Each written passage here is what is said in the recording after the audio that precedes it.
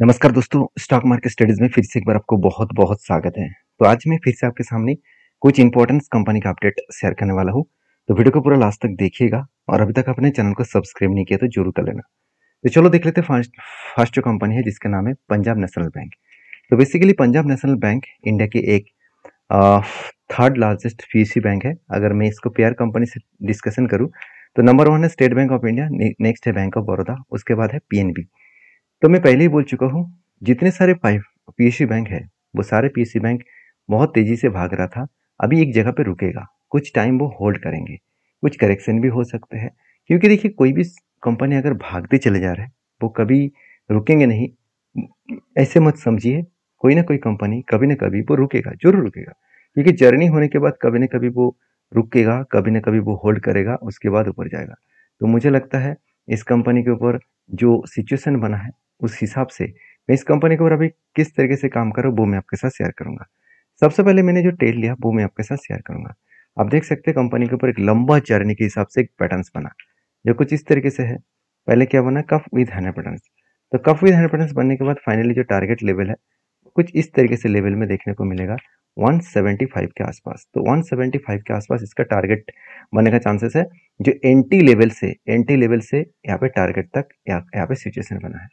तो जो सिचुएशन बना है उस हिसाब से 74% के आसपास टारगेट बनने का चांसेस है। तो मैं पहले ही बोल चुका हूँ कि इसका लाइफ टाइम हाई के नीचे टारगेट बना है। तो इसका मतलब पॉसिबिलिटी ज़्यादा है वो यू टर्न लिया है, मतलब वो कम्पीट जरूर करेंगे। हाँ, जो हम लोग एक्सपेक्ट करते हैं कि जब भी ब्रेकआउट होगा उसके बाद ही जाकर टारगेट होना चाहिए, ऐसे होगा नहीं, ऐसे हमेशा होता नहीं है। क्योंकि कभी कभी कंपनी के जो सिचुएशन है वो कुछ मार्केट के ऊपर डिमांड एंड सप्लाई के ऊपर चलते हैं। तो डिमांड आज कम है तो इसीलिए शेयर में गिरावट हो रहा है। जब डिमांड बढ़ जाएगा तो फिर से जर्नी हो जाएगा।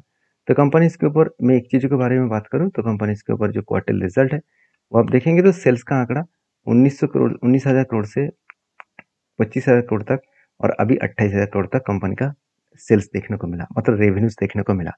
तो रेवेन्यूज बढ़ा, उसके हिसाब से एक्सपेंस को कंपनी, इंटरेस्ट को कंपनी पेमेंट किया, एक्सपेंस को मेंटेन किए। उस बेसिस में कंपनी का नेट प्रॉफिट 348 करोड़ से 1876 करोड़ के आसपास देखने को मिला था। अभी वो बढ़ के 3,300 करोड़ हुआ। तो जो कंपनी इतनी साल भर कंपनी, क्वार्टर भर कंपनी अच्छा खासा ग्रोथ करते चले जा रहे हैं, तो उस कंपनी के ऊपर डरना, मेरे हिसाब से मैं तो डरूंगा नहीं, मैं इस कंपनी को जरूर कंटिन्यू करूंगा। पहली ये बात है, दूसरी बात ये भी है कि कंपनी इस बार हाईएस्टली कर्जा कंपनी इंक्रीज की, मतलब बोरिंग जो है वो 1,45,000 करोड़ के आसपास इसका बोरिंग्स देखने को मिला। जो रिजर्व भी बढ़ता हुआ देखने को मिला है, करीबन 1,600 करोड़ से बढ़ के 1,08,000 करोड़ के आसपास देखने को मिला। तो ओवरऑल इस कंपनी का जो सिचुएशन बना है वो कुछ इस तरीके से है। जो रिजर्व है वो 1,600 करोड़ से बढ़ के हो चुके हैं 1,08,000 करोड़ के आसपास। मतलब इस तरीके से कंपनी का रिजर्व बढ़े, उसी तरीके से कंपनी का प्रॉफिट ग्रोथ भी अच्छा खासा देखने को मिला है। तो रिजर्व भी बढ़े, कंपनी का फिक्स्ड एसेट भी बढ़ा, और उसके साथ साथ कंपनी के ऊपर एज ए इन्वेस्टर भी चेंज हुआ। जैसे देखिए एफएस के पास जो होल्डिंग था वो ना के बराबर था, आज एफएस ने होल्डिंग को जबरदस्त इंक्रीज किया। चलो एक बार मैं आपको दिखाई देता हूँ। अगर आप यहाँ पे देखेंगे तो देखिए एफएस के पास एकदम 1% के नीचे होल्डिंग था, आज 4.5%, 5% के आसपास होल्डिंग है। म्यूचुअल फंड के पास भी होल्डिंग था, मगर म्यूचुअल फंड ने कुछ क्वांटिटी को बेचा क्योंकि बहुत नीचे लेवल से वो बाई कर रहे थे, तो ये टॉप लेवल में वो सेल करना स्टार्ट किया है।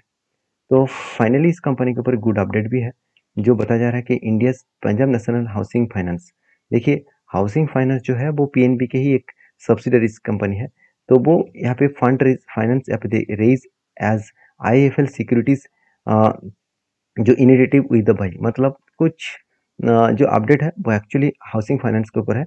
तो यहाँ पे कंपनीज के ऊपर उतना फर्क उस न्यूज़ के बेसिस में नहीं पड़ेगा, क्योंकि मुझे उस न्यूज़ के लिंक देकर एक दोस्तों ने कमेंट किया था। मैं आपको जरूर बता दूं कि पंजाब नेशनल बैंक और पंजाब हाउसिंग फाइनेंस दोनों एक ही ग्रुप के कंपनी है, मान लेता हूँ, मगर दोनों कंपनी एक नहीं है।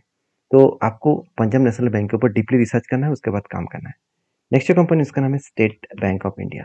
देखिए state bank of India India की एक लार्जेस्ट पीएसयू बैंक है। अगर पीएसयू बैंक की इंडस्ट्रीज के बारे में बात करूँ तो 7,55,000 करोड़ के आसपास इसका मार्केट कैप है। एक बहुत बड़ा कंपनी है, और कंपनी का पी रेशियो और इंडस्ट्रीज पी रेशियो दोनों ही देखे तो सेम टू सेम है। आरओसी आरओई दोनों ही आपको अच्छा खासा देखने को मिलेगा। तो कंपनी का एनुअली जो इनकम है वो 69,500 करोड़ के आसपास देखने को मिला और प्रोमोटर की होल्डिंग 57.5% के आसपास है। तो कंपनी के डेप्थ ऑफ इक्विटी के बारे में बात करें तो 13.5 के आसपास डेप्थ ऑफ इक्विटी देखने को मिला है।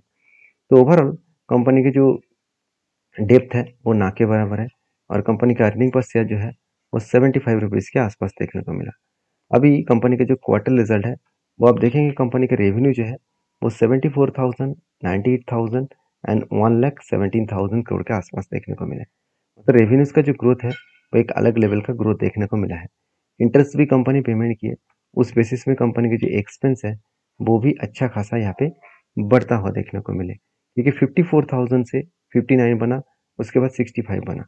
तो कंपनी के ऊपर जो बेस्ट तरीके से एक्सपेंस को कंपनी कंट्रोल में रखा, उस बेसिस में कंपनी का नेट प्रॉफिट 10,000 करोड़ से 22,000 करोड़ बन चुके हैं। सिर्फ 2 सालों में कंपनी का प्रॉफिट डबल हो चुके हैं। तो प्रॉफिट डबल सिर्फ नहीं, कंपनी के पिछले क्वार्टर्स के तुलना से कंपनी इस बार भी प्रॉफिट डबल कर चुके हैं। तो सोचिए कंपनी किस लेवल में ग्रोथ कर रहा है, किस हाई लेवल में कंपनी ग्रोथ कर रहा है, जिस ग्रोथ के कारण कंपनी में एक बिग अपॉर्चुनिटी बार-बार मिला था। तो बार-बार मिला था क्या मतलब? बार-बार मिला है इसका मतलब यही है कि कंपनी के ऊपर जो पैटर्न स्केड हुआ था, वो चीज़ इस तरीके से है, शोल्डर कम हेड कम शोल्डर बना था। फाइनली ब्रेकआउट किया और उसके बाद देखिए टारगेट को अचीव किया। और दूसरी बात कंपनी के ऊपर फिर से एक पैटर्न्स बनने की कोशिश कर रहे थे। कुछ इसी तरीके से रेंज के बेसिस में कंपनी यहाँ पे पैटर्न क्रिएट किया और कंपनी उसके बाद ब्रेकआउट भी हुआ और ब्रेकआउट के बाद अगर देखा जाए ये जो रेंज बना था इस रेंज के बेसिस में यहाँ पे जब ब्रेकआउट हुआ और ब्रेकआउट कंफर्मेशन भी हुआ था, जब रिटेस्ट किया तब यहाँ पे एंटी बना था, मगर मैंने यहाँ पे एंटी नहीं लिया क्योंकि बहुत पहले से ये कंपनी एक बड़ा जर्नी हो चुके हैं। तो मैं थोड़ा सा अभी संभल कर इस कंपनी के ऊपर काम करना चाहता हूँ। ये नहीं कि कंपनी में खराबी है, मुझे कुछ फ्रेश एंटी चाहिए। जैसे मैं यहाँ पे फ्रेश एंटी लेने वाला हूँ क्योंकि अब पैटर्न बनना है आ रहा है एक कप का। अगर कप के बाद एक हैंडल पैटर्न क्रिएट करे तो मैं यहाँ पे फ्रेश एक एंटी लेने वाला हूँ, तो इसलिए मैंने इंतजार किया। उस पहले एंटी को मैंने इग्नोर कर दिया। तो कोई बात नहीं, हमेशा आपको हर जगह पे एंटी नहीं लेना है, आपको चीज़ों को समझ कर काम करना है। तो स्टेट बैंक के ऊपर एक गुड अपडेट है। SBI raise 10,000 crore via bonds to fund inflow project, मतलब कंपनी फंड के लिए फंड इशू करने के लिए 10,000 करोड़ के आसपास यहाँ पे बॉन्ड इशू करने जा रहा है। मतलब यहाँ पे बेस्ट तरीके से बॉन्ड्स को कंपनी इशू करने जा रहा है, जिस बॉन्ड के बेसिस में कंपनी आगे बढ़ सकते हैं, कंपनी में एक पोटेंशियल दिख सकते हैं। तो बाकी स्टेट बैंक ऑफ इंडिया के ऊपर एक चीज़ को नोटिस करना, कंपनी 10,000 करोड़ के जो फंड है इस फंड को वो रेज करने जाते हैं। तो 10,000 करोड़ के फंड रेज करने के बाद कंपनी अच्छा खासा और भी कंपनी की ग्रोथ बढ़ाने वाले हैं। तो आपकी क्या ओपिनियन है स्टेट बैंक के ऊपर, जरूर मुझे कमेंट्स करना। लास्ट जो कंपनी है वो भी एक पीएसयू कंपनी है, क्योंकि इस वीडियो में मैं 3 पीएसयू कंपनी के बारे में चर्चा किया हूँ। लास्ट कंपनी का नाम है यूनियन बैंक ऑफ इंडिया। तो union bank of India basically एक पीएसयू बैंक है और ये भी देखा जाए तो मार्केट कैप के हिसाब से 6 नंबर पोजीशन में है। और मुझे इस कंपनी का बेस्ट पॉइंट यही लगा कि सेल्स का ग्रोथ एंड प्रॉफिट का ग्रोथ दोनों ही एवरेज लेवल के ऊपर है और कंपनी के जो आरओसी है वो भी ठीक ठाक है। चलो कोई बात नहीं, कंपनी का डेप्थ सबसे ज़्यादा है, तो एक गुड पॉइंट्स होते हैं, क्योंकि कंपनी अच्छा खासा डेप्थ लेने के बाद भी कंपनी प्रॉफिट को मेंटेन कर रहा है, सेल्स को मेंटेन कर रहा है, एक सबसे गुड पॉइंट्स होते हैं किसी भी बैंक्स एंड फाइनेंस सेक्टर के ऊपर। तो चीज़ों को पहले आप सबसे पहले इस चीज़ों को देखिए, जैसे कंपनी के ऊपर जो बैलेंस शीट है, जहाँ पे एक टाइम कंपनी का और इंटरेस्ट जो है वो कंपनी का कितना, सॉरी बैलेंस शीट में एक बार चला जाता हूँ। अभी कंपनी का जो डेटा है आपको ध्यान से देखना, कंपनी का जो रिजर्व है वो कितना, पहले 19,000 करोड़ के आसपास था, आज वो 71,000 करोड़ के आसपास हो चुके हैं। और मज़ेदार बात यही है कि 3.5 लाख करोड़ के आसपास बोरिंग्स था, वो आज 11 लाख, करीबन 60,000 करोड़ से भी ज़्यादा खुद के कर्जे को बढ़ा चुके हैं। तो इसका मतलब ये है कि कंपनी अच्छा खासा प्रॉफिट भी कर रहा है। अगर प्रॉफिट को रेशियोज को देखेंगे तो कंपनी कंटिन्यूसली प्रॉफिट को बढ़ाते चले जा रहा है, क्योंकि 2,800 करोड़ से आज 13,700 करोड़ तक प्रॉफिट हुआ। तो जब सब कुछ ठीक ठाक चल रहा है तो कंपनी तो रुके नहीं रहेंगे, तो कंपनी भागता हुआ देखने को जरूर मिलेगा। तो इसीलिए इंस्टीट्यूशन भी इस कंपनी के ऊपर अच्छा खासा ट्रस्ट बिल्ड करना शुरू कर चुके हैं। म्यूचुअल फंड के पास जो होल्डिंग था 1% वो बढ़ के हो चुके हैं 3.5% के आसपास। उसी तरीके से अगर एफ के बारे में बात करें तो 1.43% का होल्डिंग था, वो बढ़ के हो चुके 6.75% के आसपास। मतलब अच्छा खासा होल्डिंग्स पीरियड यहाँ पे देखने को मिला है। तो मुझे लगता है बेस्ट तरीके से यहाँ पे होल्डिंग सिचुएशन देखने को मिला है। बाकी आपके इस कंपनी के ऊपर टेक्निकली जो चार्ट पैटर्न है उसके बारे में बात करूँ तो कंपनी के ऊपर जो डेटा है वो डेटा कुछ इस तरीके से देखने को मिला। लगातार एक जर्नी होने के बाद कंपनी के ऊपर एक पैटर्न्स बनने के इंतजार कर रहा हूँ, एक बिग कप विद 100 पैटर्न्स का, क्योंकि पहले एक पैटर्न बना था इस जगह पे कप विद 100 पैटर्न्स का, तो फाइनली उसका टारगेट अचीव हो चुके हैं। चलो एक बार मैं आपको दिखाई देता हूँ।